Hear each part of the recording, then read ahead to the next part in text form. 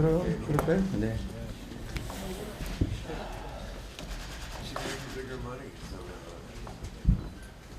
네, 안녕하세요. 여당인 더불어민주당까지 1시간 반 동안 진행되는데요. 우선 모두 발언 그렇게 듣고 그리고 기자들과의 이재명 후보님의 모두 발언이었습니다. 감사합니다. 지금부터는 외신 기자들과 Q&A 시간을 갖도록 하겠습니다. 사전에 안내해드린 것 같이 진행이 되는데요. 우선은 외교 안보 통일 분야 질문을 받고요. 그 다음에 경제 사회 분야 질문을 받겠습니다. 그리고 마지막 남은 시간 동안에는 분야와 상관없이 질문을 받도록 하겠습니다. 시간을 좀 더 효율적으로 사용하기 위해서 한 분당 최대 2개 질문까지만 부탁드리겠습니다. That was the opening remarks by the candidate. Thank you very much. From now on, we will proceed with the Q&A with the foreign correspondents. As notified to the press beforehand, we will first take questions on reunification, diplomacy, security, and then move on to the economy and society. And then in the latter part of the session, we will take questions freely regardless of the topic area. In order to use time more effectively, please limit your questions to maximum 2 per person to ensure that the chance for the other participants are also assured to ask questions as well. 예, 처음 질문해 주실 분 손들어 주시기 바랍니다. I'd like to show a raise of hands Yeah, for the first question. 우선 일본계에서 질문 받겠습니다. 예, 교도통신 지국장님. 안녕하세요, 후보님. 안녕하세요, 후보님. 네, 반갑습니다. 반갑습니다. 교도통신의 오카사카입니다. 한일 관계에 대해서 질문드리겠습니다. 일본에서 최근 기시다 내각이 출범하고 한국에서 내년에는 새로운 정부가 출범함으로써 관계 개선에 대한 기대감 조심스럽게 나오고 있는데요. 그렇지만 일본에서는 후보님께서 그동안 강경 발언을 해오신 것을 보고 대통령이 되면 한일 관계가 더 어려워질 거라는 우려의 목소리가 있는 것도 사실입니다. 그에 대한 후보님의 견해를 듣고 싶고 또 후보님의 추후 외교가 대일 관계에서는 어떤 식으로 적용될 것인지 설명 부탁드리겠습니다. Well, first, 한 가지는 아무래도 그 한일 간의 제일 큰 현안인 징용 문제인데요. 문재인 정부는 대법원 판결을 존중하면서도 압류된 일본 기업의 자산을 강제 매각하는 것은 바람직하지 않고 외교적 해법을 찾는다는 입장을 낸 것으로 알고 있습니다. 후보님의 생각도 같습니다. 이 문제 해결에 대한 해법이 보관이 있으신다면 어떤 것인지 설명 부탁드리겠습니다. 고맙습니다. First, the question is asked by Osakawa Kentaro from Kyodo News.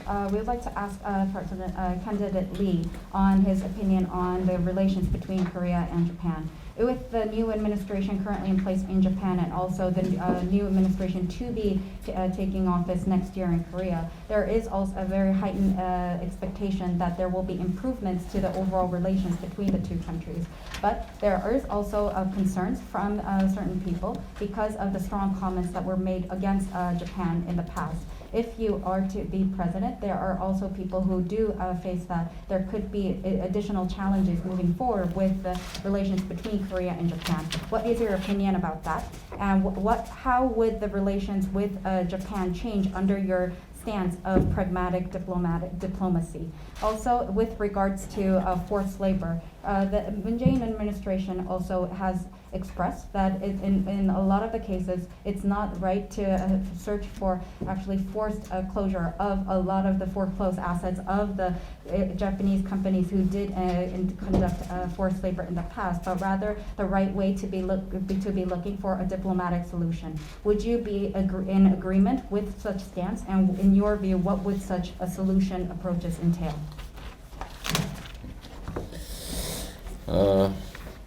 대한민국 외교 현안 중에서 가장 심각하고 또 어렵고 그런 현안들에 대해서도 여러 가지를 한꺼번에 물어주셔서 제가 꽤 시간이 걸려서 답변을 나눠서 드려야 될 것 같습니다. 우선 첫째로 한국과 일본의 관계는 보통은 가깝고도 먼 나라라고 이제 표현됩니다. So yes, I think the question was very compact, discussing a lot of the critical and immense challenges that is facing the Korea diplomatic scene that we are currently facing. And it was a lot of questions at once, so probably we would have to take the time to answer them one by one. The first we would like to mention, the overall relationship between Korea and Japan is definitely a very close but also far in terms of the relationship itself. 한국과 일본은 매우 지리적으로 가깝고 역사적으로도 문화적 교류도 아주 많았습니다. 그리고 최근에 근세사에는 일본이 한국을 침공해서 아주 오랜 기간 동안 우리 한국 민중들에 대해서 엄청난 가해 행위를 했던 역사가 있습니다. Of course, geographically, Korea and Japan is located at a very close distance. Historically, there has been a lot of cultural exchanges between the two countries. In the modern society, there has been the invasion into Korea by Japan, and for a long period of time, there has been aggressions made to the Korean people from Japan. 사람과 사람과의 관계처럼 국가와 국가 간의 관계에서도 잘못은 인정하고 또 그에 대해서 합당한 보상을 하는 것이 앞으로 더 나은 관계를 위해서 바람직합니다. As it applies for human-to-human relationship, I also believe that for a nation-to-nation relationship also, if it is important to acknowledge any faults and also provide the right compensation for such faults committed, and then we could talk about moving forward into a more productive relationship.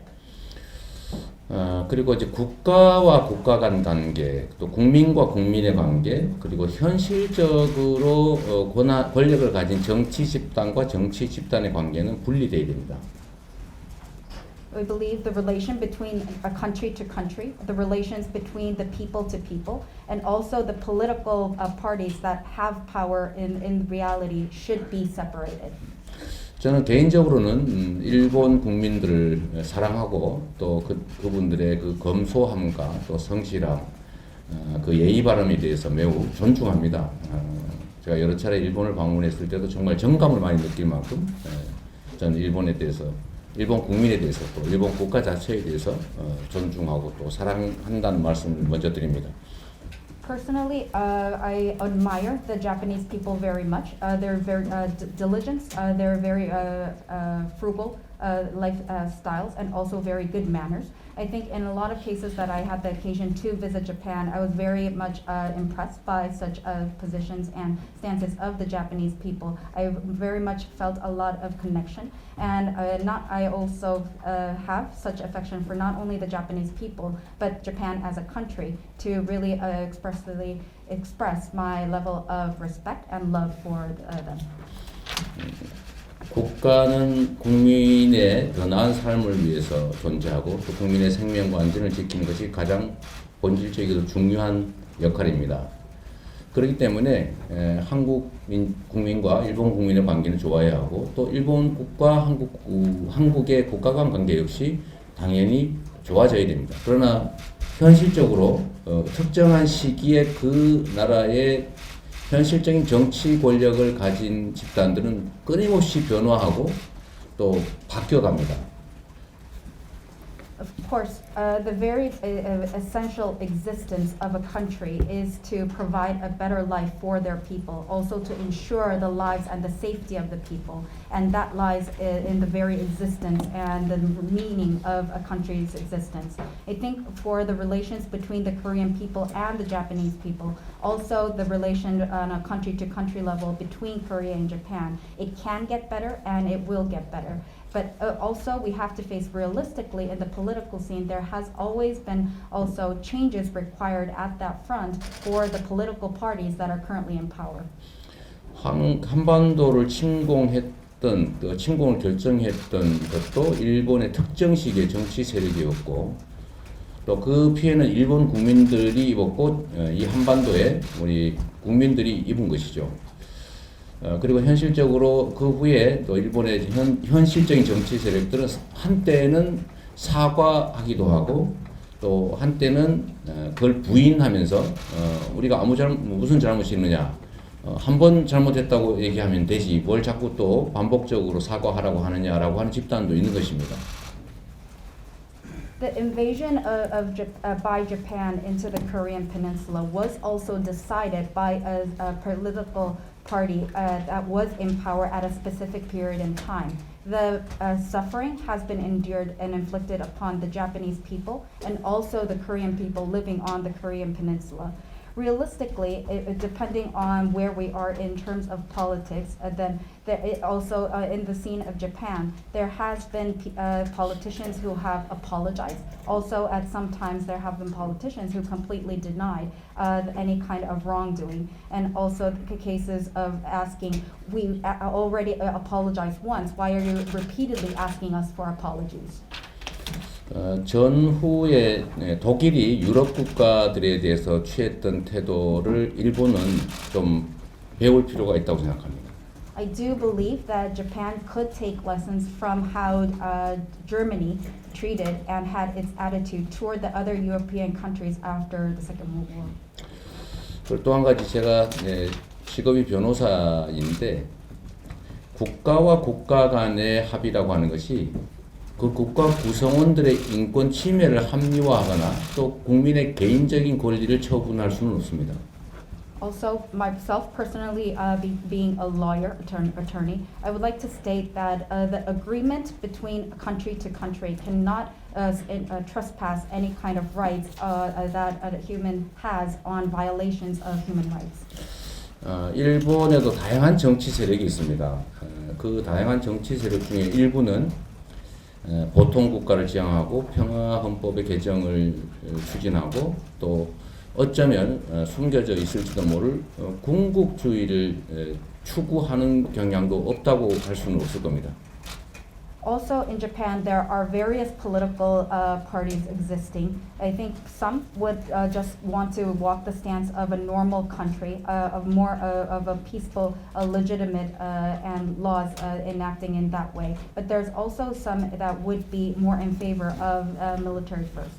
우리는 근본적으로 일본과 한국 간의 관계가 개선되고 또 서로에게 모두에게 쌍방에게 도움이 되는 길로 가기를 당연히 바랍니다. 그러나 현실적으로는 정치의 이제 국내적 요소, 국내적 필요 때문에 불필요하게 대외적으로 긴장 관계나 적대 관계를 만들어내는 경우도 있다는 거죠. Fundamentally, I think everybody wants and aspires for better and improved relations between Korea and Japan that is mutually beneficial to both countries. However, realistically, because of certain domestic circumstances, there could be positions taken externally that heighten overall tension and also at sometimes be perceived as hostile. 그래서 첫 번째 질문에 대한 답을 드리도록 하겠습니다. So now we would like to answer the first question. 제가 강경 발언을 한다 또는 대일 강경 태도를 취한다고 하는 것은 한 측면만을 본 오해라고 말씀드리고 싶습니다. I would like to say that the very perception that I have had very strong hardline comments against Japan and I have an overall very hardline attitude towards Japan is only looking at one aspect and it is a misunderstanding in that regard. 저는 한국과 일본이 가장 지리적으로 가깝고 상호 의존적 관계에 현실적으로 있기 때문에 서로 협력하고 서로에게 도움되는 길을 찾아가야 한다고 생각합니다. Korea and Japan, as I mentioned before, geographically is located in very close proximity. I believe that there are a lot of mutual dependencies between the two countries, so we have to look for ways to foster a cooperation and be in a beneficial relationship. 그래서 일본 국가와 한국이라고 하는 나라와 나라 간의 관계, 또 일본 국민과 한국 국민의 이 국민들 간의 관계를 위해서라도 관계는 정상화되고 미래지향적으로 가야 하는데 다만 현실적으로 현재의 특정한 정치 권력들이 국가의 이익 또는 각각의 국민의 이익에 좀 더 부합하도록 의사결정하고 또 행동할 필요가 있다고 생각합니다. I think, as mentioned, relations between country to country, between Korea and Japan, and also the relationship between the people, from people to people, of Korea and Japan. It must normalize and it must move into a future-oriented direction. But realistically, also it's important for the political forces to realize that a lot of the decision-making has to be based really on the centering around national interest and also in the interest of its people. 이어서 제가 두 번째 질문에 대한 답을 드리도록 하겠습니다. Now, I'd like to move on to answer the second 그러면 question. 한일 관계에서 어떤 게 진짜 실용 외교냐라는 질문에 답을 드리도록 하겠습니다. The question was about then under the context of practical diplomacy, what would that mean for Korea and Japan's relationship? 저는 우리 이제 한일 관계의 이 외교의 그 장애가 되고 있는 과거사 문제, 또 독도를 둘러싼 영토 문제, 이 문제와 아까 말씀드렸던 국가와 국가의 관계, 국민과 국민의 관계에서 중요한 사회 경제 문제, 이 문제들을 좀 분리해서 현실적인 정치 세력들이 해결해야만 될 이 과거사 문제, 그다음에 영토 문제와 사회 경제 교류 문제는 분리해가지고 할 수 있는 일들은 해 나간다. 이 투 트랙으로 접근하는 게 좋겠다는 생각이 듭니다. I think a lot of the obstacles that we have in terms of diplomacy sitting in the relations between Korea and Japan is really boggered down by the historical past, also territorial issues that we have with Dokdo. And then on the other hand, we have the relations at the country level, country to country, and also at the people to people level for the overall society and the economy. I think it's important to be able to actually separate the two, so that there is realistically the issues that have to be resolved by the political parties in terms of historical past and also the territorial issues. But then it should also be separated from the society and economic exchanges. And that kind of approach, to be able to separate that, is what I would call a two-track approach and what I would deem as practical. 침략에 따른 한반도의 피해라고 하는 과거 문제, 이걸 사과할 것이냐 말 것이냐, 배상할 것이냐 말 것이냐 하는 이 과거 문제와 우리가 앞으로 가야 될 미래에 관한 문제는 분리해서 대응한다. 또 영토 문제는 영토 문제대로, 정치 문제는 정치 문제대로 분리해서 경제적 교류와 협력의 문제 역시 분리한다. 이런 입장을 좀 잘 관철해주면 저는 충분히 쌍방이 합의할 수 있는, 쌍방이 동의할 수 있는 길을 찾아낼 수 있다고 생각합니다. Believe that the issue of the loss suffered on the Korean peninsula due to the Japanese invasion, on whether or not an apology will be received, on whether or not there will be compensation or not, that's an issue of the past. In the future, we also have issues to tackle. They should be separated. Issues likewise in the area of territorial disputes and politics should be separated, with any kind of economic exchanges that we could talk about on the economy aside. I think if we are able to find this kind of common approach, it will be possible for us to find a common path that both parties can agree to. 그래서 세 번째 질문에 대한 답을 드리도록 하겠습니다. 징용 문제, 징용과 관련된 판결의 강제 집행 문제를 어떻게 해결할 것이냐, 이걸 물어주셨는데 답을 드리겠습니다. And I would like to answer this third question. It was a question regarding forced labor and the forced execution of the judgment that has been rendered. 서로 상대 국가의 현실적인 문제들을 좀 인정할 필요가 있습니다. 그 첫 번째 가장 중요한 차이가 뭐냐면, 한국은 입법, 사법, 행정이 헌법상 명확하게 분리되어 있어서 이 행정 영역이 사법에 절대로 관여할 수 없고, 관여하면 그게 범죄 행위로 처벌받게 됩니다. 근데 일본은 행정과 사법이 완전히 분리된 건 아니어서 행정적 요구에 따라서 사법적 결정과 집행이 바뀌어질 수 있는 나라라고 알고 있습니다. 그래서 서로 이 사법 판결과 집행에 대해서 이해하는 입장이, 객관적 상황이 좀 다릅니다.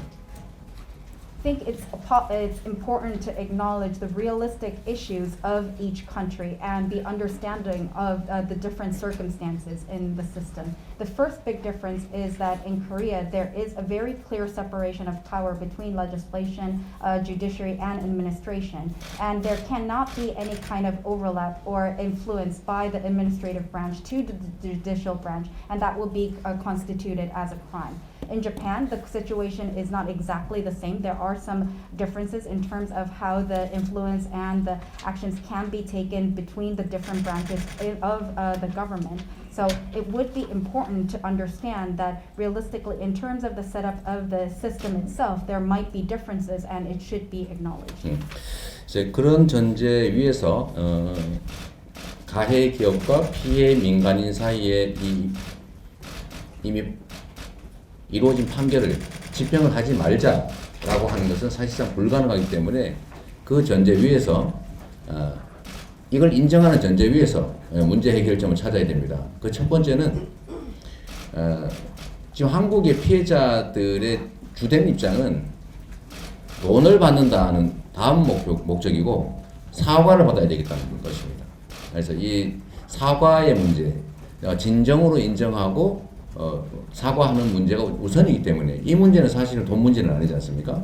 또 이런 그런 문제가 있고 두 번째로 집행 문제는 일본이 요구하는 것처럼 집행 자체를 아예 하지 마라, 판결을 취소해라 라고 하는 건 불가능하기 때문에 그 전제 아래서 예를 들면 지금 여러 가지 대안들을 서로 논의하고 있습니다만 그 중에서 어떤 대안을 만들지는 제가 지금 이 자리에서 말씀드리기는 어렵고 다만 서로 인정하고 객관적 상황이 다름을 인정하고 그 위에서 사과하고 진지하게 사과하면 저는 마지막 남은 배상 문제는 저는 충분히 현실적인 방안들을 얼마든지 찾아낼 수 있다고 생각합니다. So based on that premise, we have to understand exactly how the system works in terms of what the companies that have actually committed the crime is being accused of. Also, what the people actually suffered. And the ask or the requirement to not uphold this judgment, not execute it, it's not possible to do. So on that premise, that we have to find a solution approach with accepting that fact. I think if we listen to the position of the people of Korea, the victims of this issue, they say that money for them is second. They want to receive a very heartfelt apology. And for if there is that kind of sincere recognition, apology, then the money issue is not something that cannot be resolved. In terms of the execution of the judgment itself, as mentioned, just completely withdrawing, overthrowing the already rendered judgment made, as Japan is currently requesting, is not possible to do. It's impossible. So the solution approach of how we could go about handling this is not something that I could discuss in specific detail today, but I would like to say, first, it's important to understand, accept the additional circumstances that each country is facing objectively, and then have a very sincere apology, acknowledgement of the fault that was committed. And then there could be discussions on the compensation issue, and it is possible to discuss that in that order. 네, 그간에 후보님께서 여러 차례에 걸쳐서 대일 관계 관련해서 강력한 메시지를 보내셔서 그래서 많은 질문이 있을 거라고 생각했습니다. 그런데 이러한 강경한 태도는 일부 오해다 이렇게 말씀을 하셨고요. 그리고 다른 문제에 관해서도 자세하게 설명을 해주셨습니다. 이거 관련해서 일본계에서 팔로우 퀘션이 있을 거라 생각하는데요. 그 질문들은 향후에 다시 받도록 하겠습니다. 이 다음은 중국계와 그리고 저희 웨스턴 미디어 쪽에서 받도록 하겠습니다. So yes, definitely because of the very strong messages with regards to relations between Korea and Japan that was made by the candidate before, we did expect that there would be a lot of questions in this area. I think as the candidate mentioned, the overall assumption that he has a very hardline stance against Japan is a misunderstanding, and I think there has been also very detailed explanation on his position on the issues that were asked. I think that we do think that there would be follow-up questions by the press of Japan again, but we would like to get back to this at a later point in time because we would like to give the floor to also the media from China and the Western media for an opportunity to ask questions as well. 예, 그 중국계에서 아까 이민망 기자님께서 손 드신 것 같은데요. 네, 중국 이민당 강성규입니다. 2022년은 한국의 대통령 선거도 있지만 한중 양국이 수교한 지 30년이 되는 해이기도 합니다. 한중 양국은 지난 30년간 협력 동반자로서 함께 발전을 해왔는데요. 양국 관계를 보다 공고하게 만들기 위해서 후보님께서는 어떤 노력이 필요하다고 생각을 하시는지, 이어서 그런 노력들을 실현하기 위해서 이재명 후보님의 외교 공약은 구체적으로 어떤 것들이 있는지 말씀 부탁드리겠습니다. The question was asked by Mr. Hyung Bin Gang from People's Daily Online. The year 2022 is the year for the presidential election of Korea, but also an important year for the relations between Korea and China on the 30th year of the establishing diplomatic relations. Overall, the two countries have been in a strategic partnership, and I think I would like to ask in that regard, in order to further solidify the relationship between the two countries, what kind of efforts would be required? And in order to actually realize this, what are your promises, pledges in terms of diplomacy to realize this goal? 우선 구체적 질문에 답하기 전에 우리 대한민국이 또 우리 한반도가 처하고 있는 상황에 대해서 잠깐 제 의견을 말씀드리도록 하겠습니다. Before going into answering in detail the question itself, I would like to express my opinion on the overall position or circumstance that the Republic of Korea or the Korean Peninsula is currently facing. 한반도는 그야말로 반도라는 이름 자체에 들어있는 것처럼 대륙 세력과 해양 세력이 중간에 위치해 있습니다.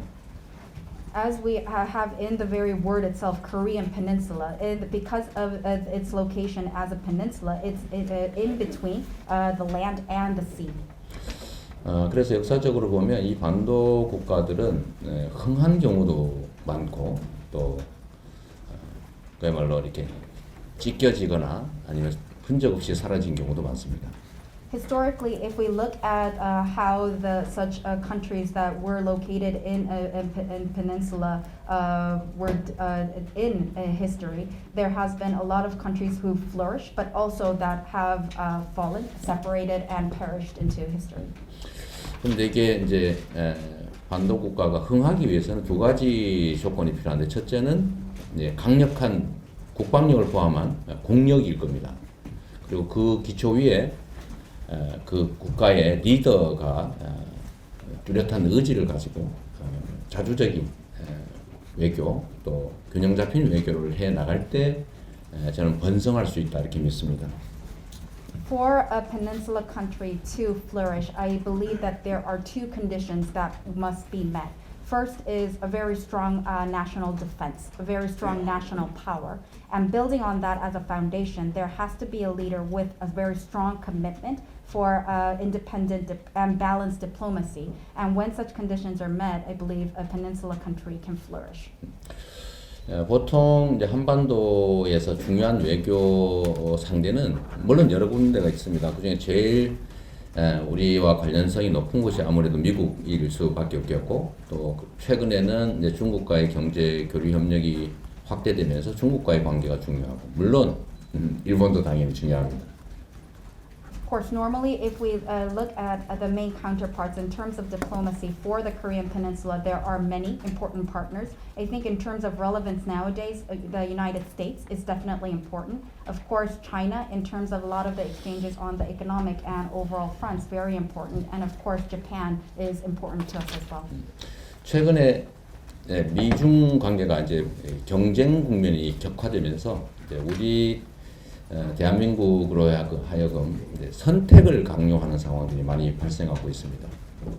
Recently, there has been heightened competition between the United States and China, and it has been putting the Republic of Korea in a position, forcing us to make a choice.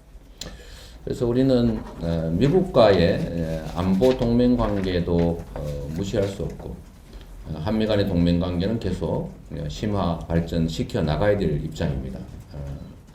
그렇다고 해서 또 지리적으로 매우 가깝고 현실적으로 경제 교류 규모가 계속 커지고 있는 중국과의 관계 역시도 우리가 그걸 배관시하거나 경시하기 어려운 것이죠. Of course, the United States, we cannot overlook or neglect the security alliance that we have. We have to look for ways to further develop the alliance between the two countries. But also, on the other hand, we cannot neglect, overlook the very close geographically located China that is also having much more increased economic exchanges, and that is an important part for us too. 그래서 중국과의 관계는 우리가 이제 공식적으로 말씀드리고 있는 것처럼 전략적 협력 동반자라고 하는 관계를 역시 계속 발전시켜 나가야 될 상황인 것입니다. In terms of our relations with China, the very current status of the relations as a strategic cooperative partner is something that we should continue to develop as we move forward. 그래서 제 입장에서는 우리 대한민국의 외교의 원칙은 국익 중심의 실용적 외교를 기조로 해야 된다라고 하기 때문에 어디에 우리가 휘둘릴 것이 아니라 우리가 선택을 강요당할 것이 아니라 우리가 국익의 입장에서 우리가 선택할 수 있는 상황을 끊임없이 만들어 나가는 게 우리 외교의 방향이 된다 이렇게 생각합니다. So from my perspective, I believe that the very central part of Korea's diplomacy is to be practical diplomacy centering around national interest. It is meaning that we should not be put in a position to be swayed or forced into making a decision, but rather being able to make choices continuously on that basis that is in line with our national interest. 이미 경제력 평가상 세계 10위를 이제 오가고 있고 또 군사력도 6위 이렇게 평가될 만큼 국제사회에 한국의 위상이 높아졌기 때문에 그 높아진 위상에 걸맞게 어디에 휘둘리는 것이 아니라 우리 대한민국의 국익을 중심으로 우리 국민들에게 진정으로 도움되는 방향의 실용적 외교를 펼쳐 나가겠다라고 하는 게 제 입장입니다. As Korea is currently joining the ranks of the top 10 economies in the world, also ranked number 6 in terms of national defense power, we believe that it's important to recognize this new status of Korea as recognized in the global community. And it's important for us to not be swayed and to be able to pursue our stance based and centered around national interests. And that would be the very important critical part of pursuing pragmatic, practical diplomacy in the interest of the Korean people. 예, 답변 잘 들었습니다. 그 가장 핵심은 선택을 강요당하는 게 아니고 선택을 할 수 있어야 한다 이렇게 말씀하셨는데요. 이와 관련해서 어떻게 그러면은 강론에 들어가서 할 것인가 이런 질문들이 있을 것 같은데 역시 다음에 추가로 받도록 하겠습니다. 이 다음에는 저희 구미계 매체에서 질문 받도록 하겠습니다. So thank you for that answer. I think the key message here was that we should not be put in a position forced to make choices, but have the initiative to be able to make choices. I think, of course, the specifics of what that would entail would also be requested in a follow-up question, but we will also return back to that. I think we would like to take some answers from the Western press as well. 네, 다음 질문은 ABC에서 받겠습니다.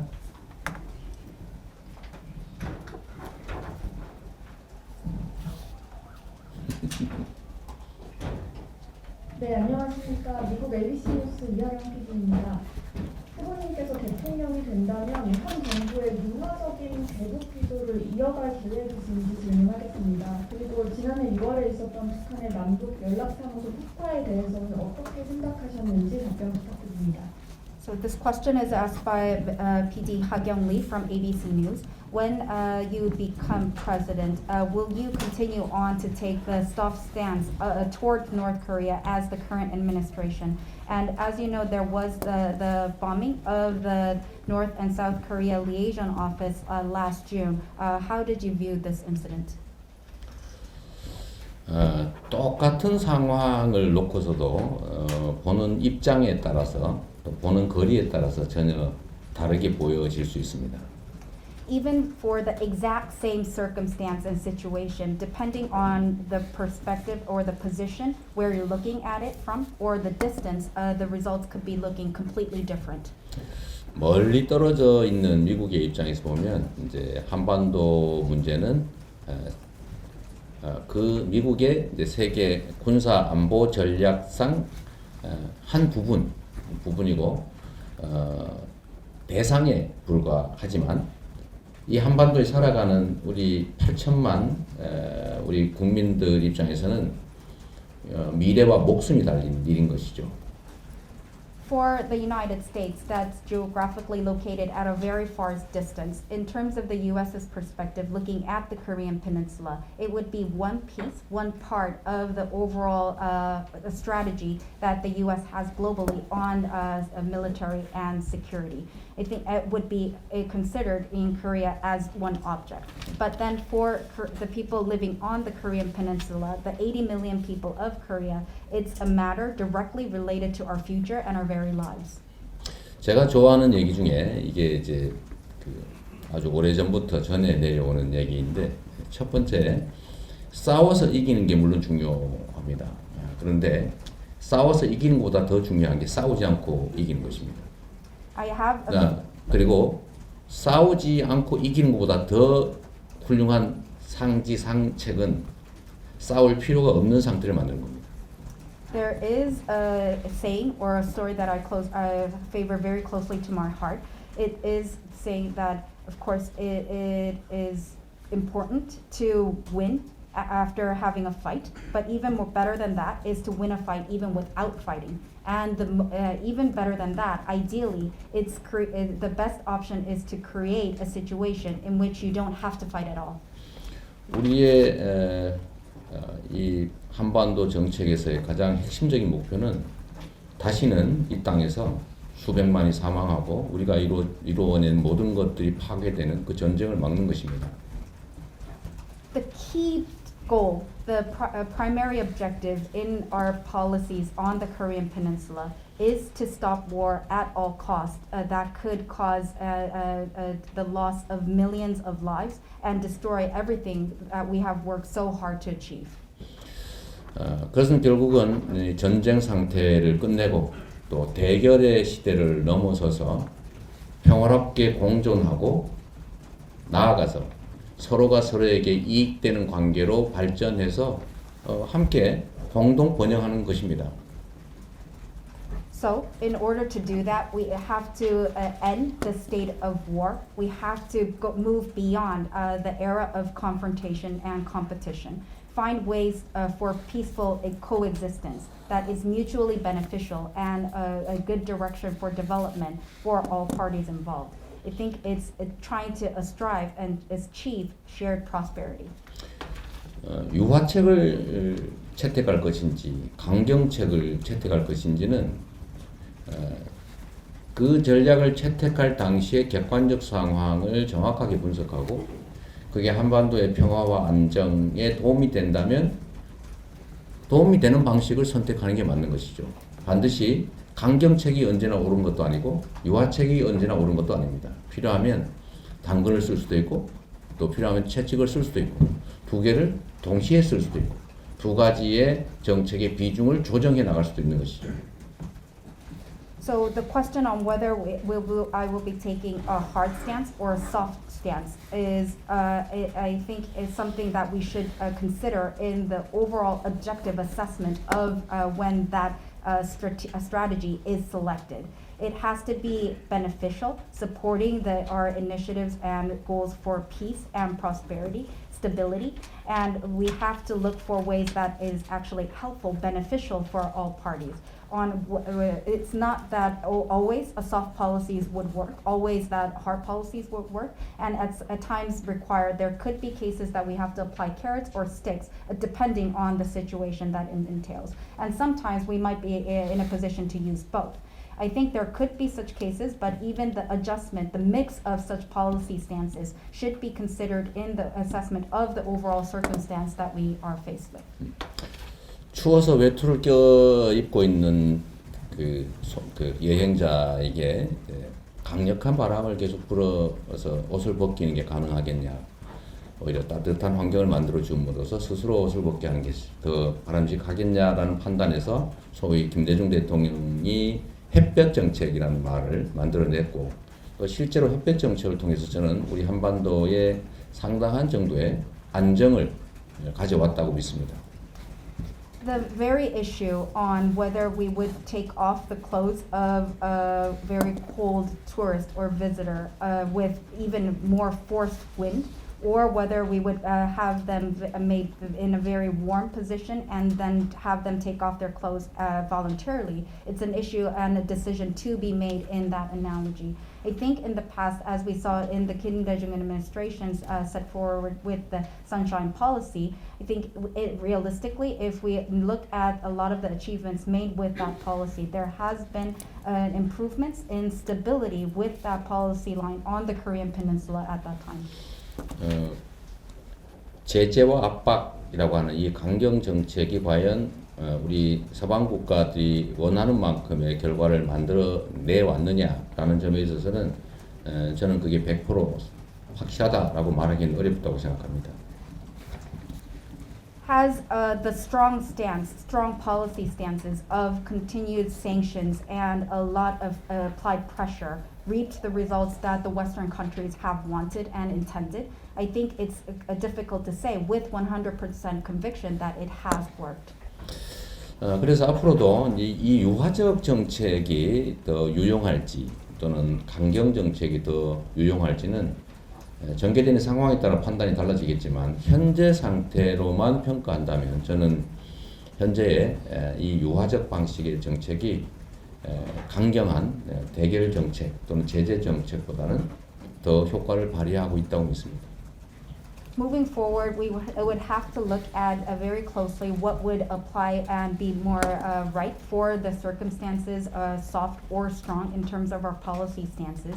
And I think moving forward, we would have to monitor the situation very closely to make a decision. I think though at this point in time, rather than very hardline stances of sanctions and pressures to be applied, at this point in time, it does seem that more of a soft policy line is more effective at this moment.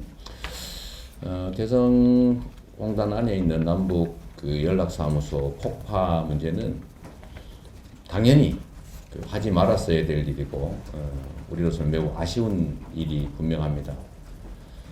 남북 간에 합의된 내용들을 최대한 지키려고 서로 노력해야 되고 앞으로 대결을 통해서 서로 함께 망하는 길을 갈 게 아니라면 기왕이면 저는 서로 가능한 전쟁을 하면서도 한쪽으로 싸우면서도 왼손은 또 손을 잡아야 하는 것이 국제 관계에 있기 때문에 나도 이익이 되지만 내가 이익을 보기 위해서 상대에게도 이익이 부여되는 방식이 현실적이다라는 생각을 가지고 있기 때문에 앞으로도 우리가 합의된 것들을 좀 지켜내고 또 잘못에 대해서는 좀 명확하게 지적하고 또 끊임없는 대화와 소통을 통해서 쌍방이 모두 이익되는 길을 찾아 나가야 된다고 생각합니다. 거기에는 정말로 많은 노력들이 필요하겠지만 그 많은 시간과 노력을 쏟을 만한 충분한 가치가 있다고 생각합니다. I think, of course, the bombing of the liaison office in the Kaesong Industrial Complex was indeed, without saying, an act that should not have been committed. It is a very regrettable offense.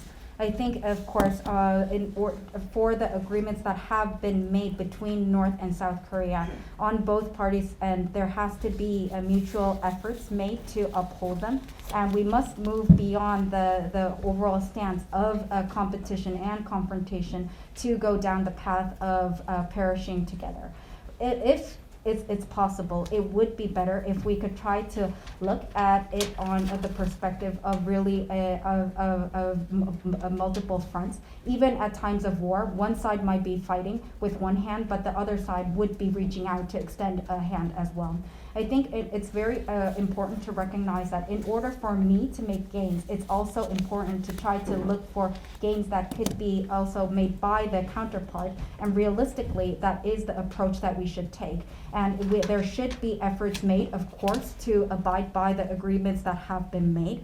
There has to also be efforts on our side in order to be able to speak up on any kind of wrongdoings that have been committed. Also, there has to be continuous efforts made to engage in dialogue, communication for mutual interest. I think it's very important that we have such efforts made on multiple fronts, and it will take a lot of efforts, but I do believe that it is very valuable and worthwhile to pursue this. 네, 지금까지 일본계, 중국계 그리고 구미계에서 질문을 하나씩 받았는데요. 이 다음으로 그 외의 국가에서 질문을 받도록 하겠습니다. 그리고 이후에 그 잠시 경제사회 문제 질문을 또 받도록 하겠습니다.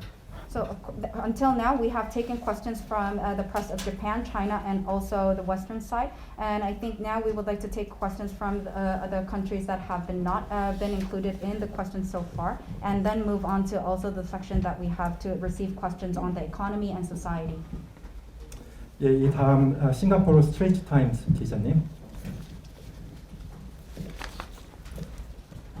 Hi, this is May from Singapore Newspaper and Straits Times. I'd like to ask about housing actually. Housing seems to be a key issue in the upcoming presidential elections.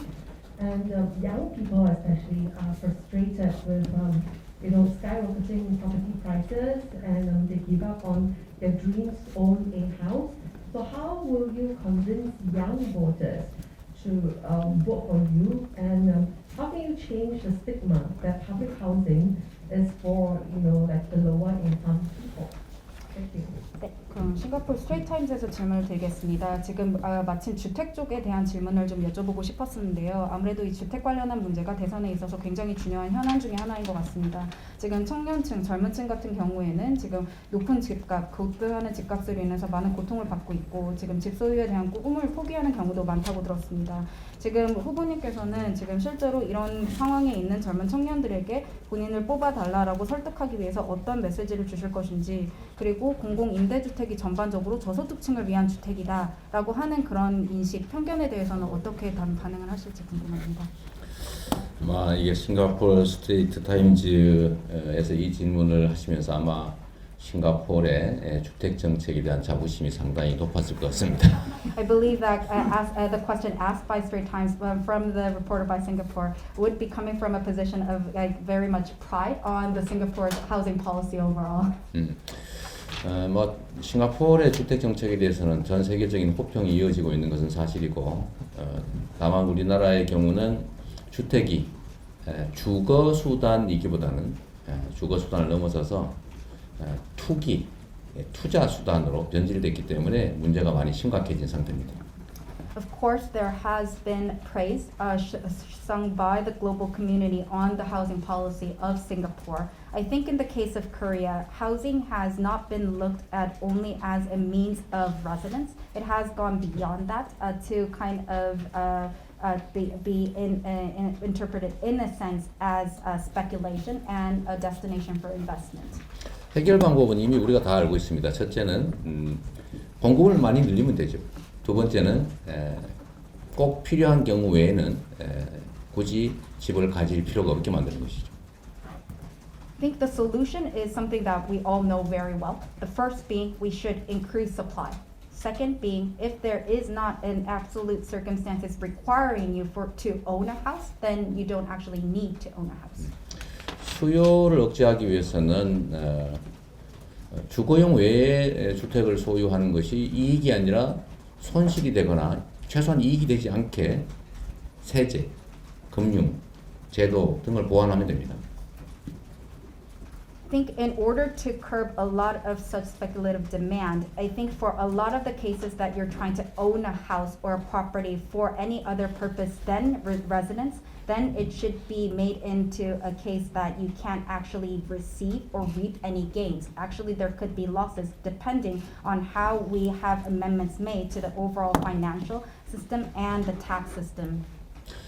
공급을 정상화하는 방법은 일단 늘리는 것도 있겠고, 두 번째 방법으로는 지금 대한민국처럼 오로지 시장에서 집을 구입을 하거나 임차를 하거나 하는 외에는 선택의 여지가 없는 문제를 저희가 좀 완화해 나가는 거죠. 예를 들면 공공임대는 대한민국의 경우는 아주 가난한 취약계층, 못 사는 사람만 살도록 지금 설계되어 있는데, 이거를 중산층도 원하면 좋은 위치에 염가에 충분히 넓은 면적의 주택을 공공에서 공급을 해주면, 싱가포르 방식으로 공급을 해주면 또 하나의 선택지가 생겨나는 것이고, 이제 그게 예를 들면 공포 때문에 영원히 집을 못 사는 거 아닐까라고 하는 최근에 집값 상승의 주된 요인이 된 이 공포 수요를 대체할 수 있기 때문에 그것도 하나의 방법이 될 겁니다. I think in order to normalize supply, the first approach obviously that can be taken is to increase supply. The second is to actually make the choice options more flexible in terms of how the real estate market works in Korea. In Korea, currently, purchasing and renting a house is only possible in the private market itself, and that's the only choice of option that Koreans have.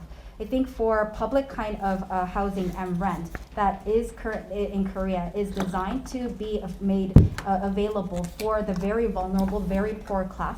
I think if the middle class also wants to live and have such renting of public housing, we should make it available for them to do so. So that as Singapore's approach, there could be renting of such public housing at a prime location at an affordable cost with very spatial housing provided. So then there would be one other destination of choice available for the people. I think in order to do that right now, that if we are able to achieve that, it would be able to replace a lot of the fear-driven demand that has been the main reason of driving up housing prices recently.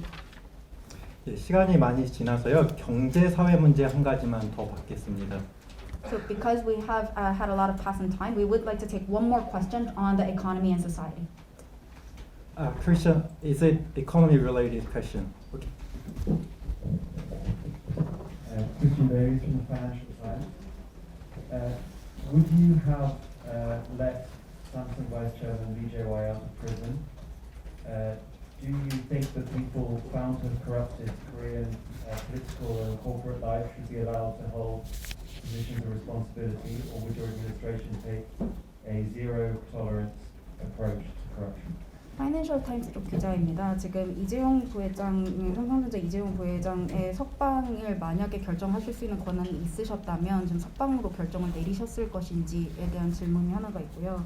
그리고 또 그냥 전반적으로 만약에 그런 부정부패나 그런 쪽에 연루가 돼서 이렇게 처벌을 받았던 사람들이 어떤 계속해서 뭔가 직위를 유지하거나 이런 거에 대해서는 계속 허용을 하실 방침이신지에 대한 전반적인 생각이 궁금합니다. 아니면 그냥 제로 톨러런스로 해서 전혀 허용을 안 하실 그런 입장이신가요? 아마 이제 파이낸셜 이게 지금 타임스를 그 미국 영국 영국이군요. 그렇죠. 영국 건데 사실 과거에 회계 부정과 관련돼서 미국의 엔론 사건인가? 엔론 사건이라고 하는 데가 있었죠. 회계 부정을 저질렀던 아마 수십 년 엄청난 장기형을 선고받은 것으로 알고 있습니다. So yes, the question was asked by a reporter from Financial Times. Just wanted to check the country of the Financial Times, confirming it's from Britain. I think that there was incidents in the past of, for example, of accounting fraud committed by companies like Enron. There has been a very grave sentencing of putting that person to tens of years in prison. 기업의 소위 화이트 칼라 범죄는 이 시장 경제 질서를 어지럽히는 매우 중대한 행위이고 거기에 대해서는 사실은 엄정한 제재가 가해져야 되는 게 맞습니다. 그런데 사실 대한민국 경제는 이 개발도상국에서 아주 빠르게 성장해 왔기 때문에 소위 말하는 불균형 성장 전략을 취해왔고 이제 사실은 특정 기업들을 정치 권력이 지원하는 형태, 소위 정치와 경제가 이렇게 부당하게 결합하는 방식이 하나의 성장 전략이었기 때문에 이런 경제 범죄라고 하는 게 그냥 일상적으로 있을 수 있는 일이다라는 생각이 많이 한때 많았습니다. 그러나 이제 대한민국 경제도 선진화됐고 또 국제 경제 질서 속에서 우리가 이런 부정부패를 저지르는 방식으로는 기업들이 국제 경쟁력을 갖기도 어렵고 특히 이제는 투자가 국경을 넘어서서 해외에서도 계속 국내 기업들의 투자가 이루어지기 때문에 국제 규범에 어긋나는 이런 범죄적 경영 형태로는 이제 살아남을 수가 없다. 국제 경쟁력을 가질 수 없다라고 생각합니다. 그래서 앞으로는 다시는 이런 일이 생기지 않아야 되고 그런 일이 생기면 엄정하게 책임을 묻는 것이 모두를 위해서 바람직하다 이렇게 생각합니다. 이재용을 석방 결정을 했을까 안 했을까는 과거 이미 지나버린 일에 대해서 가정적인 질문이라서 그냥 판단을 안 하도록 하겠습니다. So of course, the very act of white-collar offenses committed by corporations is a very grave offense that is disrupting the overall order of the market economy. I think, of course, it has to be treated with a very grave sanctions and has to be restricted in a very strong manner. I think, though, considering the very particular circumstances of the Korean economy developing in a very fast pace from a developing country to the status that we are in now, there has been the adoption of a growth strategy that was quite imbalanced. There has been a lot of support from the political power for certain companies, and there has been maybe unjust forces joined between the politicians and also the economic sector to foster growth. But of course, in that regard, in that circumstance, the overall kind of crimes committed on the economic side has been treated as more of a common offense at a certain point in time. But now the circumstances have changed. Korea is joining the ranks of advanced nations, and of course, a lot of such offenses committed by such people has to be treated very strongly, and that is also important to secure overall competitiveness in the global market as well. There has been recently a lot of inter-border investments that have been made, and the economy is very much globalized. So if we do not abide by the overall orders and the expectations of the global economy, we cannot survive, and we cannot have the right competitiveness to make our standing in the market. So I think, of course, in the overall regard, we have to make sure that such unfortunate incidents do not repeat themselves. And if such cases occur, we must take strong actions for them to take full responsibility of the wrongful doings that have been committed. And with regards to the question of whether I would have made a decision to release Vice Chairman Jae-yong Lee of Samsung, I think that is a hypothetical question and is something that already happened in the past. So I would like to reserve my answer for that question. Thank you for understanding. 그 두 번째 질문이 기업인 번제에 대해서 지로 톨러런스 정책을 취하시겠느냐 하는 건데 지금 그 말씀하신 거는 그렇게 하겠다라고 네, 아주 답하신 엄정하게 거예요. 책임을 물어야 된다고 생각합니다. The second question was whether he will be taking a zero tolerance approach for any kind of such corporate offenses committed, and the answer would be yes. I would be taking a very strong stance against that. 너무 이해관계인들이 많기 때문에 그렇습니다. That is actually precisely because there are so much interests that are intertwined with one another. 자, 시간이 많이 지났는데요. 그 주제와 상관없이 질문을 받도록 하겠습니다. 너무 많은데요. 네, 우선 AFP 강진규 기자님 그리고 신화통신 이렇게 받겠습니다. Yes, I think because of time restrictions, we will move on to the questions that are not regarded to specific topics. We will first take the question from Ms. Jin-gyu Kang from AFP, and then move on to Shinhwa. 네, 질문 기회 주셔서 감사합니다. AFP 통신 강민규 기자이고요. 비핵화 회담 관련해서 좀 드리고자 합니다. 하노이 회담 이후로 이제 북미 간 비핵화 대화가 지금 실마리를 찾고 있지 못하고 있는 상황인데 혹시 후보님이 지난 한 1년에 넘는 그 시간을 돌이켜 보셨을 때 혹시 미국 정부 측에 조금 아쉬운 부분 후보님이 보셨을 때 이때 당시에 이런 입장을 취했으면 어땠을까 미국이 라고 좀 생각하시는 부분이 있는지 궁금하고요.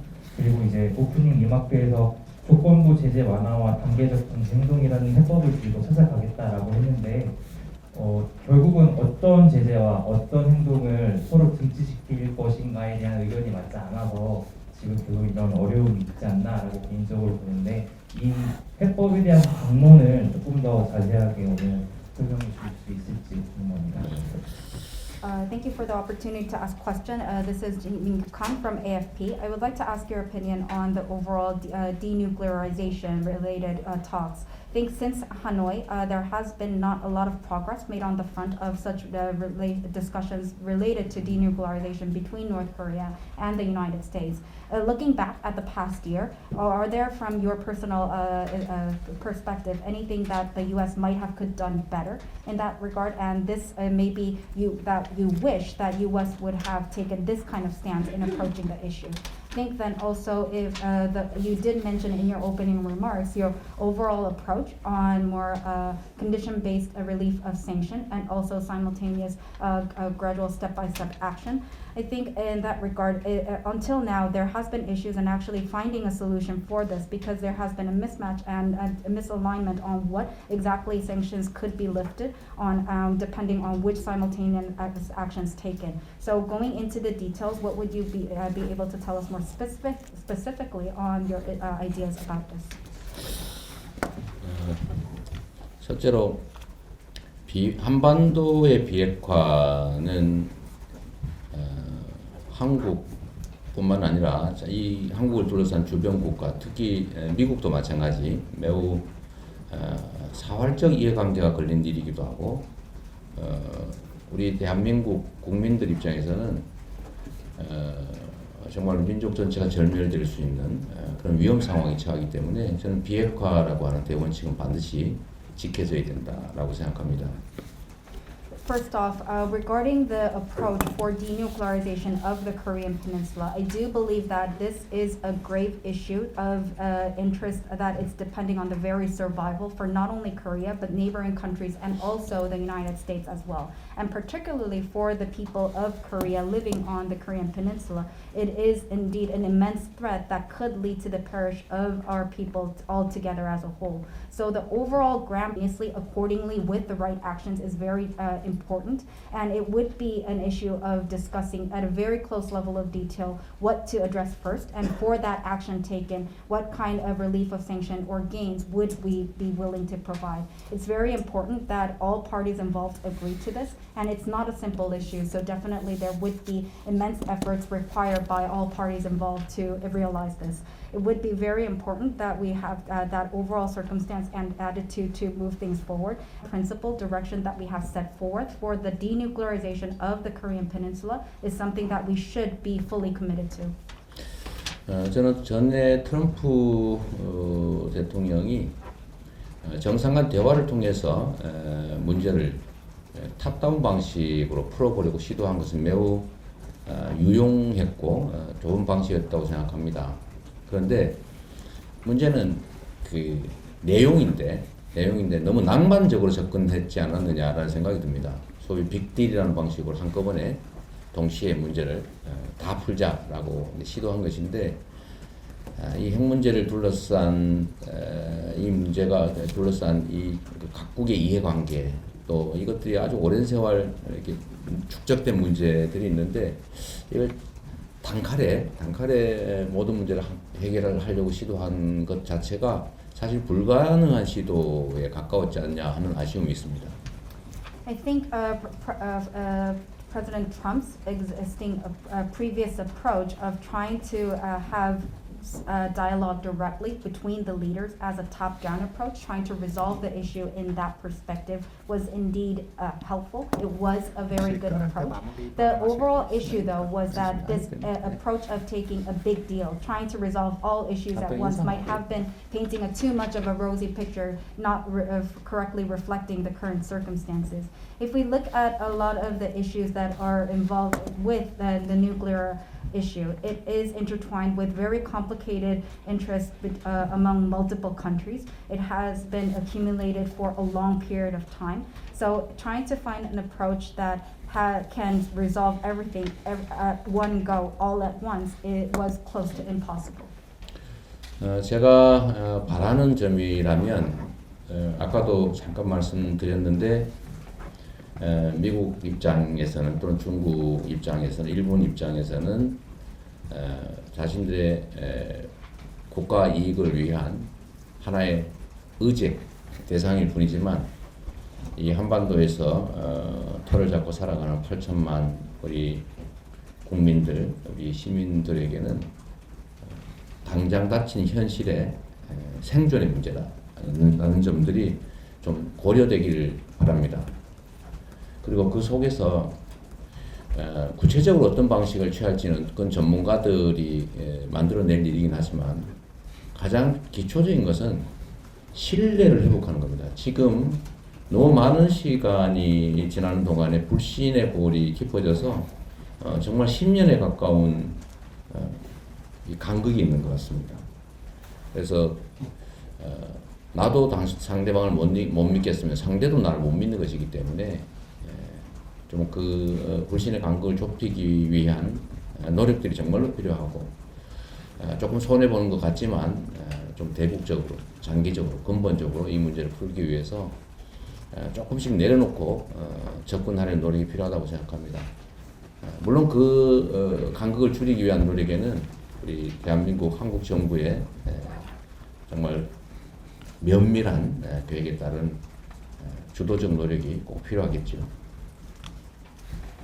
I think, as I mentioned before, on what I would like to ask of the other countries, including the United States, China, and Japan, is that for them, such countries, the issue of the Korean Peninsula, it would be one agenda that is intertwined with their national interest. But for the Korean people, the 80 million people that are living on the Korean Peninsula, the citizens, it is an issue that we face every day that is linked to our survival. I hope that this is taken into consideration for the other countries as well.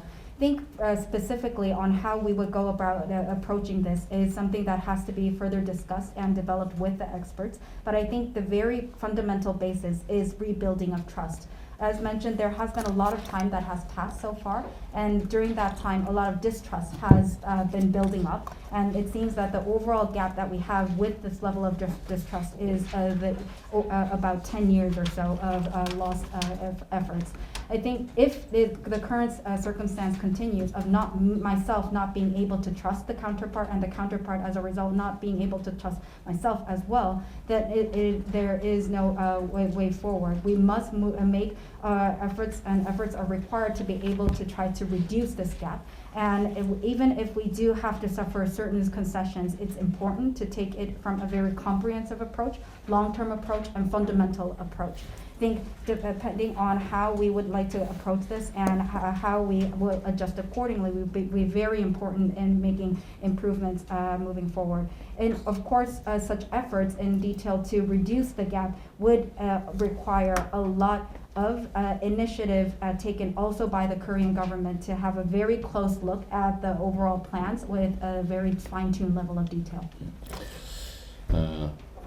제재 완화라든지 지원의 그 내용은 아주 다양할 수 있고 또 북한이 해야 될 이행할 비핵화로 이르는 수없이 많은 과제들이 있을 겁니다. 이 두 가지 이 양측을 적정한 균형이 있게 배치하고 하나씩 동시에 이렇게 순차적으로 해결해 나가는 것이죠. 어떤 걸 먼저 배치할지 또 그에 대해서 어떤 제재 완화와 어떤 지원의 이익을 줄 것인지는 결국 쌍방이 합의해서 정해야 될 일이고 그게 정말 단순한 문제가 아니기 때문에 정말로 많은 노력을 들인 진지한 대화와 협상이 필요할 겁니다. 중요한 것은 빨리 시작해야 된다는 거죠. 하루라도 늦으면 그만큼 피차 손실이다 생각을 해주면 좋겠습니다. And try to avoid any kind of loss in that regard so that we can move in a more constructive direction. 예, 신화통신. 네, 신화통신 유튜브 기자입니다. 가벼운 질문을 좀 드리겠습니다. 후보님께서 본인을 실용주의자라고 정의를 내리셨는데 그 이유가 궁금한데요. 이 질문 드리는 이유는 후보님은 이제 어떤 개혁적 진보의 이미지가 많았고 그래서 이제 보수 유권자 중 일부는 어떤 굉장히 극단적인 개혁이 일어날 수 있다 이런 공포감을 가진 분들도 일부 있고요. 하지만 최근에 보면 이제 전환적 공정 성장 이런 거 말씀하시고 청년들과의 대화에서도 이제 성장을 통해서 더 많은 기회를 제공하고 있다. 성장에 강점을 주셨거든요. 또 이제 기본소득도 아시겠지만 보수진영에서 애초에 나온 것이고 그래서 과거에도 후보님께서 내가 진정한 보수다라고 말씀하신 것으로 제가 기억을 하는데 그래서 실용주의자로 정의를 내리신 이유가 무엇인지. 예. The question is from Shinha. It might be a light question. You called yourself a pragmatist. I think for then, a lot of people know you as a very progressive liberal. So there might be a voter base that have fear that there will be very aggressive kind of reforms pursued once you do become president. But recently, looking at a lot of the comments that you have made on transformative shared growth, and also with your dialogue talk with the youth, you talk a lot about growth and providing more opportunities through growth. So there has to be income. This also first sparked from the conservative base. I think also in the past you have made comments saying that you are actually a true liberal, conservative. So I think when you say that you're a pragmatist, could you explain a little bit more in detail on what that means? 세상의 사람들이 저에 대해서 진보주의자 또는 과격한 이상주의자라는 얘기들을 하는 경우를 제가 알고 있습니다. 그런데 제가 왜 이제 실용주의자라는 말씀을 드리고 있는지를 설명을 한번 드리겠습니다. 저는 I know very well that the people do sometimes refer to me as a very progressive liberal. Also that some call me maybe as too much of a bold idealist. I would like to explain a little bit more detail on why I think of myself as a pragmatist. 그거는 정치인 또는 정치 지도자의 역할에 대한 생각이 다르기 때문입니다. 저는 정치를 저의 이상과 가치를 실현하기 위해서 정치를 하지 않습니다. 저는 우리 국민 주권자의 일을 대신하는 대리인이라고 명확하게 제 위치를 규정하고 있기 때문에 주권자가 원하는 것이 무엇인지가 가장 중요한 것입니다. 제가 예를 들면 이루고자 하는 그 이상적인 사회 또는 제가 만들어내고자 하는 현실적인 가치 뭐 이런 게 있죠. 그게 없을 리가 없죠. 그러나 저는 사상가도 아니고 또는 운동가도 아니고 저는 현실적으로 국민에게 위임받은 권한을 대신 행사하고 그 보수를 받는 대리인이기 때문에 언제나 국가의 발전과 국민이 원하는 바를 최대한 남의 일로서 내 일이 아니라 남의 일로서 해내야 된다고 보기 때문에 결국은 현실주의자 또는 실용주의자가 될 수밖에 없는 것이죠. As a politician, as a political leader, I think that it lies in the very reason of how I view the role of a politician and as a political leader. I think for politics, my stance is that I do not engage in politics to realize my own ideals and my own values. I strongly recognize my position as an agent of the voters, and I understand that my position is to serve the voters, to reflect into reality what they want. I think, of course, ideally, I have my values of realistically what I want to achieve. Of course, I have that. I would not say that I don't, but I'm not a philosophist. I'm not an activist. I'm actually a person of the people who has been delegated powers to be exercised for their interests and also being paid by the people to do that job.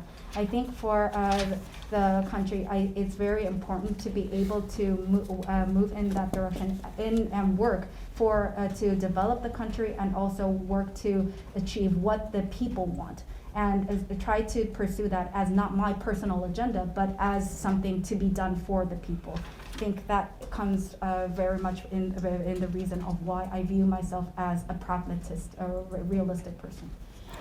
여러분께서도 누군가를 고용해서 여러분의 일을 대신한다고 할 때 그 고용된 사람이 자신의 이상과 가치를 추구하는 것보다는 아마 내가 원하는 바를 더 많이 더 효율적으로 이뤄내길 기대할 겁니다.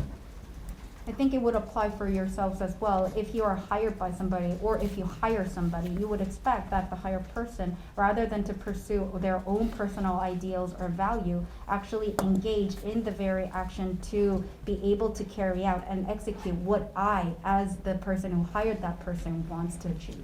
그래서 우리가 가야 될 길에 대해서 방향을 제시하고 또 국민을 설득하는 일을 끊임없이 해 나가겠지만 거기에 더해가지고 아주 바람직한 이상적인 상태에 매달려서 가시적인 성과를 못 내는 것보다는 한 발짝이라도 가서 조금이라도 성과를 만들어내는 것이 우리 국민들에게 더 유용한 결과를 만들어내기 때문에 저는 결국 실용주의자가 될 수밖에 없었던 것입니다. 앞으로도 그렇게 될 겁니다. I think the path forward, of course, it is required for us to set direction, also persuade the people to continuously on what is achievable and ideal. But on top of that, it is also important to recognize and realize that we should not be held down only by our fundamental ideals and not reach any tangible results. Even if it's just one step forward, we should look at ways that we could achieve any kind of practical gains and achievements. And we should look at ways that and results that are beneficial to the people. And that is why I would call and regard myself as a pragmatist, and I will continue to be such a person. 시간이 이제 마지막으로 딱 한 가지 질문 받을 수 있는 시간이 남았습니다. 한 가지 질문만 With 부탁드립니다. time constraint, we have time for one last question. 예, 쌍케이 신문.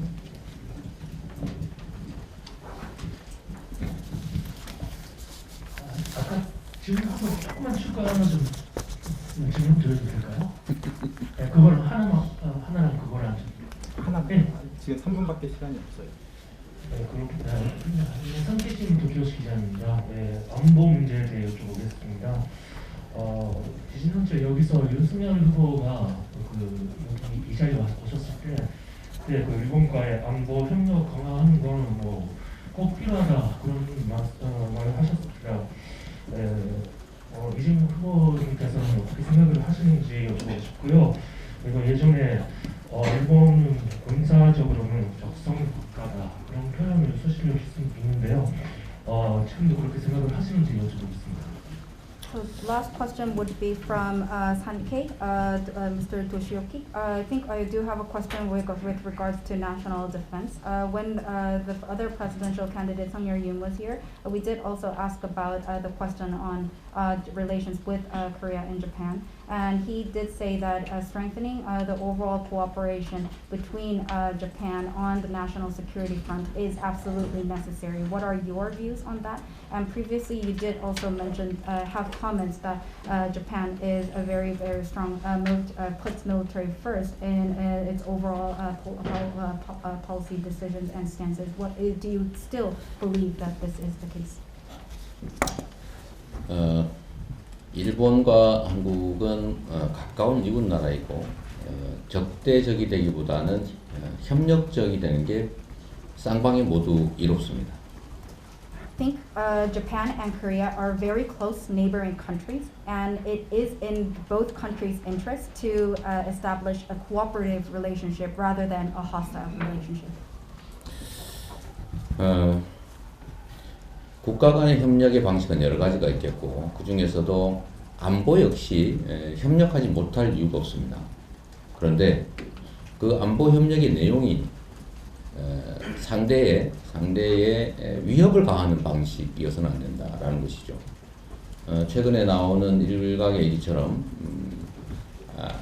한미일 군사동맹 이런 것들은 사실은 일본의 이 한반도 침략의 역사가 사실 북한이 남한을 침공했던 것 딱 5년 전 아닙니까? 사실은 그렇게 많이 이격되어 있는 일이 아니거든요. 어쨌든 일본은 한국을 침공해서 수십 년간 지배해서 수탈한 전력이 있고 지금도 보통 국가화의 이름으로 군사 대국화를 꿈꾸고 있고 끊임없이 한국이 이미 실효적으로 지배하고 있는 독도에 대해서 자기 영토라고 우기면서 끊임없이 도발하고 있고 과거사에 대해서도 명확하게 인정을 하거나 진심으로 반성하는 것으로 보여지지 않기 때문에 우리로서는 당연히 걱정할 수밖에 없는 것이죠. 그런 점에서 본다면 현실적으로 아까 말씀드렸던 겁니다. 국민과 국민의 관계, 국가와 국가의 관계와는 다르게 현실적으로 권한을 갖고 있는 정치 세력이 구체적으로 어떤 생각을 하고 있는가라는 점에 있어서 본다면 특정 시기에는 지금 그렇다는 것은 아닙니다. 어떤 특정 시기에는 그런 대륙 진출의 욕망이 얼핏 스쳐 보일 때도 있다는 겁니다. I think there are a lot of different ways that countries can cooperate with one another, and there is no reason for us to rule out any kind of cooperation available on the national security front as well. However, looking at the details, there should not be any kind of threat that is imposed on another counterpart. I think recently there has been discussions, talks on possible military alliance between Korea, United States, and Japan. But if we look at the facts in history, there has been the invasion by Japan into the Korean peninsula in just 5 years distance from when North Korea had invaded into South Korea. The time gap between the two events is indeed not that large, and we do have to acknowledge the fact that historically there has been an invasion by Japan into Korea. There has been a lot of aggression, sufferings that have been imposed. And it is at times looking at the overall stance of Japan taken with the overall philosophy of trying to have a general country and the military expansion. It does seem that in terms of their ideal goal, there has been mentions or hints of such a stance. I think, and also there are pressing issues as like Dokdo, that currently Korea is ineffectively governing, and there has been continuous provocations to challenge this as well. I think there has not been any kind of sincere acknowledgement of the past or any kind of heartfelt apology on such incidents that have been made. So, of course, naturally, we have but to worry on the current positions and comments that are being made. But realistically, as I mentioned before, there has to be a separation of the issues that we are talking about now, and also between what we have as a people-to-people and a country-to-country relationship. Of course, there is specifically, realistically, what we need to consider the thinking of certain political parties at that time, the people in political power at certain points of time. We're not saying that that is the position now, but at certain points of time, there has been hints of ambition to make advancements into the land, coming and going at certain occasions. 거기다가 최근에 한 2, 3년 전에 소위 수출 규제라는 방식으로 일종의 한국에 대한 경제 공격을 시도한 것도 사실입니다. 이런 점에다가 과거에 대해서 여전히 사과를 진지하게 하지 않거나 공격적 태도를 취하는 것을 보면서 우리는 일본에 대해서 전체적으로는 아니지만 아주 부분적으로는 경각심을 갖지 않기가 어렵다라는 말씀을 이렇게 표현했던 겁니다. I think recently, also 2-3 years back, we had the case of Japan imposing export bans and having an impact on the Korean economy as a result, and that is also a fact that we must acknowledge. In the past, there hasn't been a proper, sincere apologies and a lot of aggressive positions and attitude taken in certain cases. So, of course, in certain aspects, not overall, but in certain aspects, we find it very difficult to not have our guard up against our position in Japan. 예, 저희가 허락된 1시간 반이 벌써 이렇게 지났습니다. 오늘 외교 안보에 대한 비전과 그리고 주요 이슈에 대한 개론에 대해서 이렇게 설명을 해주셨는데요. 제가 팔로우 퀘션 기회를 드리고 싶었는데 시간 제약상 강론에 대해서 여쭤볼 기회가 없었습니다. 후보님께서 허락하신다면 3월 선거 전 한 번 더 와주시면 저희가 좀 더 자세한 질문을 할 수 있는 기회가 있었으면 좋겠습니다. 오늘 와주셔서 너무 감사하고요. 그리고 이제 인사 말씀 듣고 오늘 초청 간담회를 마무리하겠습니다. Yes, the promised 1 hour and a half has indeed flied by. We had the opportunity to listen to the diplomacy and security-related visions of the candidate. Of course, we would have liked to give the opportunity for follow-up questions, but we could not due to time constraints. We ask for your understanding in that regard. If possible, we would like to invite the candidate once again before the election in March to have an opportunity to ask and follow up on more detailed questions. But nonetheless, we appreciate your time very much, and we would like to hear some closing remarks and close today's briefing session. 네, 여러분들께서 이 차기 대한민국 정부에 대해서 어떤 점들에 관심을 갖고 있는지를 알 수 있는 좋은 기회였습니다. 저도 정책 결정이나 공약, 국민에 대해서 내는 정책 공약에 여러분들의 의견 많이 감안하고 또 우리가 전 세계에서 혼자 사는 나라가 아니고 이제는 글로벌화된 세상에서 서로 관련성을 부인하기 어렵기 때문에 앞으로 설린 외교의 기조로 함께 살아가는 모두에게 이익되는 국제 질서에 기여하는 그런 나라가 되도록 저도 노력해 보겠습니다. 고맙습니다. So yes, I think it was a very great opportunity to listen to your areas of interest for the